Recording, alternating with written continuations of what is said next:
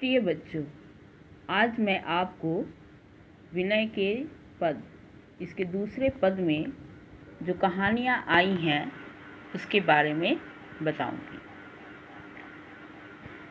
कल मैंने आपको प्रहलाद की कहानी बताई थी। उससे पहले पद में आपने विभीषण की कहानी भी पढ़ ली थी।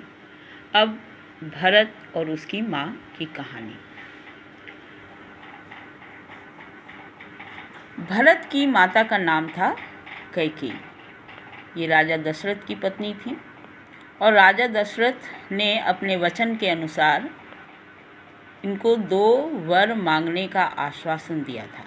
कैकेयी ने उन्हीं 2 वरों के रूप में पहला वर उनसे मांगा था कि भरत को राजा बनाया जाए, उसे राजगद्दी दी जाए, और दूसरा वर कि राम को 14 वर्ष के लिए वनवास में भेजा जाए।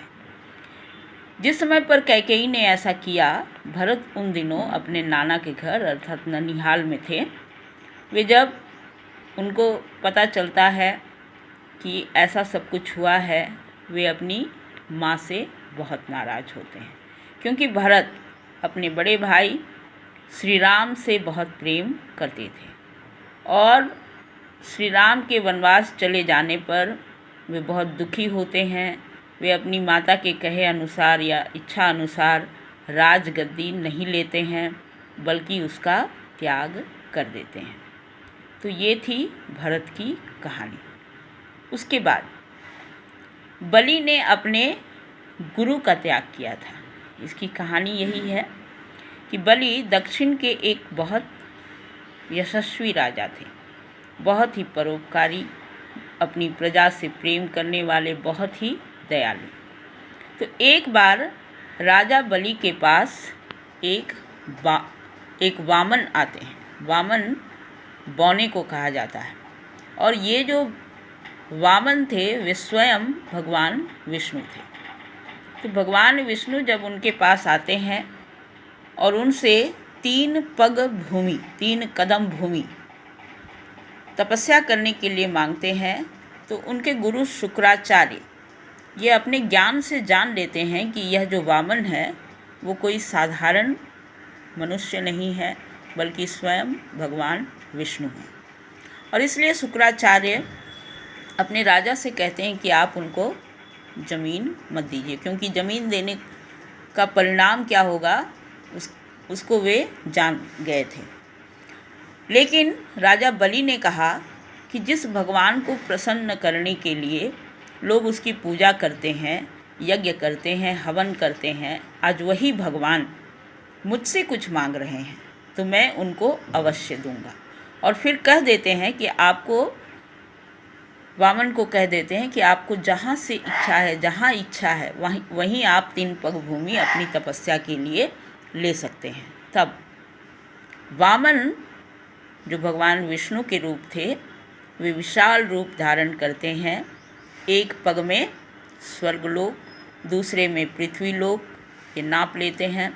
तीसरा पग रखने के लिए स्थान नहीं होता, तो राजा बलि अपना सिर उनके आगे कर देते हैं और राजा बलि के सिर पर पैर रखकर वे उनको पाताल लोक भेज देते हैं। तो इस तरह भगवान को प्रसन्न करने के लिए बलि ने शुक्राचार्य का त्याग किया था। अब कहानी है गोपियों की। गोपियों ने अपने पतियों का त्याग किया। ये गोपियाँ ब्रज की गोपियाँ हैं। भगवान कृष्ण जो कि भगवान विष्णु के अवतार थे, जब वे रास रचाते थे, बांसुरी बजाते थे, तब गोपियाँ उस रास लीला में मुग्ध होकर नाचती थी उनके बांसुरी की धुन पर। तो जब श्री कृष्ण की रास लीला होती थी, ये गोपियाँ कृष्ण प्रेम के कारण, भगवान विष्णु से प्रेम रखने के कारण अपने पतियों को छोड़कर उस रास लीला में शामिल हो जाती थी। तो यही है सारी कहानियाँ। इन कहानियों को आप एक एक करके अपनी हिंदी की कॉपी में लिख लीजिएगा। उसके बाद देखिए, यहाँ एक प्रश्न मैं आपको दे रही हूँ ये पहला जो पद है उसके आधार पर ये प्रश्न है। आप इस तरह से पहले शुरू की और अंतिम पंक्तियाँ के कुछ शब्द लिखेंगी। पहला क्वेश्चन है, ऐसो को उदार जग माही, बिनु सेवा जो द्रवय दीन पर, राम सरिस को नाही। इन पंक्तियों का अर्थ स्पष्ट कीजिए। इन पंक्तियों का अर्थ आपको पता है, आपको व्याख्या में बताई गई है, और जो आपको व्याख्या में पंक्ति का अर्थ बताया गया है वही आपको लिखना है। दूसरा प्रश्न, गीध और शबरी कौन थे? गीध किसको कहा गया? जटायु को। शबरी कौन? सबर जाति की स्त्री जो वन में रहती है। प्रभु राम ने उन्हें किस प्रकार परम गति प्रदान किया? तो गीध को क्या किया, गीध के साथ क्या हुआ, कैसे उसको परम गति मिली, और शबरी को किस तरह से परम गति मिली, ये बात आपको अपने उत्तर में लिख देना है। अगला प्रश्न है, भगवान राम ने विभीषण के प्रति किस प्रकार उदारता दिखाई, कैसी दया दिखाई थी? कैसे उसने विभीषण पर दया दिखाई? विभीषण की कहानी से आपको ये पता चल जाएगा कि कैसे रावण को युद्ध में पराजित करने के बाद उसने उसकी सारी संपत्ति, उसका पूरा राज्य विभीषण को दे दिया था, और फिर कोई एहसान नहीं जताया था। बड़े संकोच के साथ उन्होंने उसकी पूरी संपत्ति विभीषण को दी थी, क्योंकि विभीषण उनका भक्त था। अंतिम प्रश्न, अंतिम दो पंक्तियों में तुलसीदास अपने मन से क्या कह रहे हैं?